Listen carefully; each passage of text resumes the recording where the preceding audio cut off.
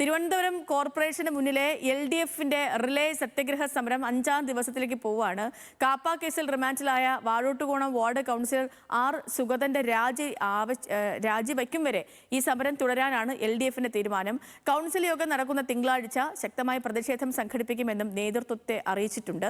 അതേസമയം തന്നെ കോർപ്പറേഷനിൽ ഭരണസ്തംഭനം ഉണ്ടെന്ന് ചൂണ്ടിക്കാട്ടി അവിശ്വാസ പ്രമേയ നോട്ടീസ് നൽകാനാണ് UDFന്റെ തീരുമാനം. ഹാൻസ് ജോൺ വിവരങ്ങളുമായി ചേരുന്നുണ്ട് തിരുവനന്തപുരത്ത് നിന്ന്.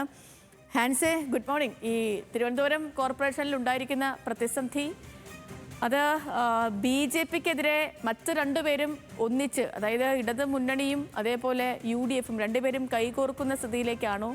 ഇന്നിപ്പോൾ കൗൺസിൽ യോഗമൊക്കെ ഉണ്ട്. എന്താണ് വിവരങ്ങൾ? നിലവിലെ സാഹചര്യം എന്താണ്?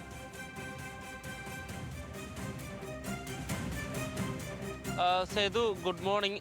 തിരുവനന്തപുരം കോർപ്പറേഷനിൽ ഈ സംഘർഷം അല്ലെങ്കിൽ പ്രതിസന്ധി ഇപ്പോഴും തുടരുകയാണ്. ഏറ്റവും നിർണായകമായിട്ടുള്ളത് UDF ഈ അവിശ്വാസ പ്രമേയ നോട്ടീസ് നൽകുമോ എന്നുള്ളത് തന്നെയാണ്. കഴിഞ്ഞ ദിവസം ഇന്നലെ UDFന്റെ കൗൺസിലർമാരുടെ പാർലമെന്ററി പാർട്ടി യോഗമുണ്ടായിരുന്നു. ആ യോഗത്തിൽ ഇത്തരത്തിൽ അവിശ്വാസ പ്രമേയ നോട്ടീസ് നൽകാം എന്നുള്ളൊരു തീരുമാനത്തിലേക്ക് എത്തിയിരുന്നെങ്കിൽ പോലും ഈ തിങ്കളാഴ്ച കൗൺസിൽ യോഗത്തിന് മുൻപ് ഒരു പ്രതിഷേധ മാർച്ച് അല്ലെങ്കിൽ പ്രതിഷേധം സംഘടിപ്പിച്ചതിന് ശേഷം അത്തരം നടപടികളിലേക്ക് അല്ലെങ്കിൽ അവിശ്വാസ പ്രമേയ നോട്ടീസുമായി ബന്ധപ്പെട്ട നടപടികളിലേക്ക് കടക്കാം എന്നാണ് പാർലമെന്ററി പാർട്ടി യോഗം തീരുമാനിച്ചിരിക്കുന്നത്.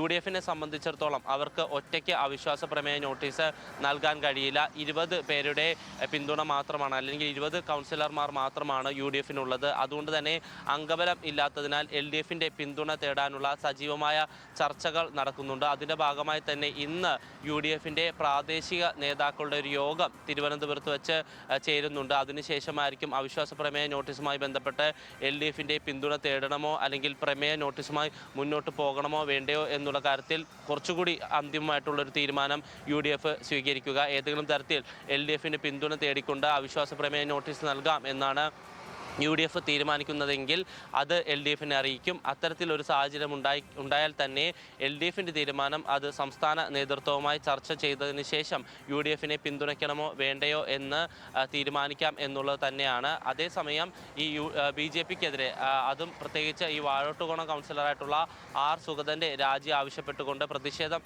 ശക്തമാക്കാൻ തന്നെയാണ് UDFന്റെയും LDFന്റെയും തീരുമാനം. ഇരുവരും തിങ്കളാഴ്ച രാവിലെ കൗൺസിൽ യോഗത്തിന് മുൻപ് പ്രതിഷേധം സംഘടിപ്പിക്കുമെന്ന് അറിയിച്ചിട്ടുണ്ട്. അതേസമയം LDFന്റെ റിലേ സത്യാഗ്രഹ സമരം അത് കോർപ്പറേഷൻ കവാടത്തിന്റെ മുൻപിലാണ് നടക്കുന്നത്. അത് 5ാം ദിവസത്തിലേക്ക് കടന്നിട്ടുണ്ട്. ഇന്നും റിലേ സത്യാഗ്രഹ സമരം ഉണ്ടാകുമെന്നാണ് LDF നേതൃത്വം അറിയിച്ചിരിക്കുന്നത്. അതേസമയം ഏതെങ്കിലും തരത്തിലുള്ള പ്രതിഷേധം ഉണ്ടായാലും അതിനെ നേരിടും എന്നുള്ള നിലപാടിലാണ് BJP ഭരണസമിതി ഉള്ളത്. കാരണം ഈ അംഗബലം തികച്ചാൽ മാത്രമായിരിക്കും അവിശ്വാസ പ്രമേയ നോട്ടീസ് കൊണ്ടുവരാൻ കഴിയുക. അത്തരത്തിലൊരു സാഹചര്യം ഉണ്ടായിരുന്നാൽ പോലും BJP കൗൺസിലർമാരെ ഈ കൗൺസിൽ യോഗത്തിൽ പങ്കെടുപ്പിക്കാതിരിക്കാനുള്ള നീക്കങ്ങളൊക്കെ BJPയുടെ ഭാഗത്തുനിന്ന് ഉണ്ടാകുന്നുണ്ട്. അതിനോടൊപ്പം തന്നെ UDFും LDFും ഈ കോർപ്പറേഷനിൽ ഒന്നിച്ചു നിന്നാൽ അത് ഒരു ഡീലുണ്ട്, അല്ലെങ്കിൽ അത്തരമൊരു ഡീൽ ആരോപണം ഉന്നയിക്കാം എന്നുകൂടിയാണ് BJPയുടെ നിലവിലെ നീക്കം. സേതു.